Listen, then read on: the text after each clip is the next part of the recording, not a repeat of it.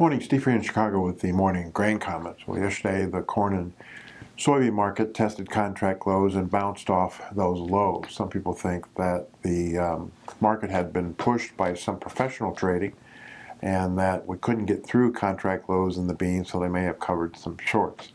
There's also some rumors floating around that the Chinese might have been pushing the soybean market futures lower, and they may also have covered some of their short positions.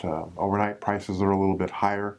Crop conditions decline for corn and soybeans, and the question is, when we talk about not enough rain in the southwest plains and talk about too much rain across maybe Minnesota, Wisconsin, and Michigan, are we going to get the final yield that we're trading?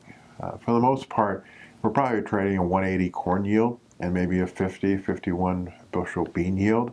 And so maybe the fact that we won't quite get there may be supporting prices near contract lows. The problem is the August crop report is they count stalks and nodes in the beans. And so if the ears are a little smaller, they won't really know that until harvest. May not be until the November crop report. We also note that there may be a little bit of talking going on between U.S. and China as far as trade negotiations. Most people think the Chinese want to wait until after the midterm elections to try to get as much bargaining power as they can, but they also realize that they can't go without U.S. soybeans forever. The spread between cheaper U.S. soybeans and Brazil beans right now is 23%. which almost negates the entire 25% tariff. So we have to watch pretty closely to see if any negotiations are done before 1st of September when the new $200 billion tariffs go in effect against Chinese goods coming into the United States. We also note from a basis standpoint, the soybean basis is hot here in the United States. It could be a combination that the crush data came out record high yesterday, so since March we're crushing a record amount of beans.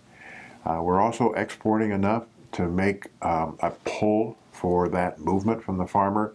And for the most part, he's sold out of last year's crop. So things are probably getting a little tighter than what the carryout would suggest. The opposite is true in corn. The basis is very soft. And some people think that despite the fact that we are shipping more corn than maybe what we thought a month ago, the outlook of the crop and the fact the farmer has to sell the 17 corn that's in storage to make room for the next crop could be offering some softness in the basis. So kind of a tale of two cities there, with the bean basis firm and the corn basis soft. Funds, yesterday buyers of beans, meal, and corn, they sold oil and wheat, continue to show them short 70,000 beans, almost 100,000 oil, 115,000 corn, and net even in the wheat. So some people think the funds may be a little bit too short corn and beans if there is some negotiations going on in the tariff war, but more importantly, if the crop isn't quite there and if the demand is until the next South American crop. Some people think that maybe the meal will gain some strength maybe as early as September. If Argentina slows their offering of meals, that could help crush margins. And as far as the wheat market is concerned, we may have to wait until after the first of the year. But if Russia starts slowing their offering of exports, the wheat market could be undervalued. So all in all, we think that maybe the market's a little oversold, and we'll have to kind of watch trade war issues. We're going to have to watch the demand side of things and just reports out of the farm as crop ratings versus actual yields are compared.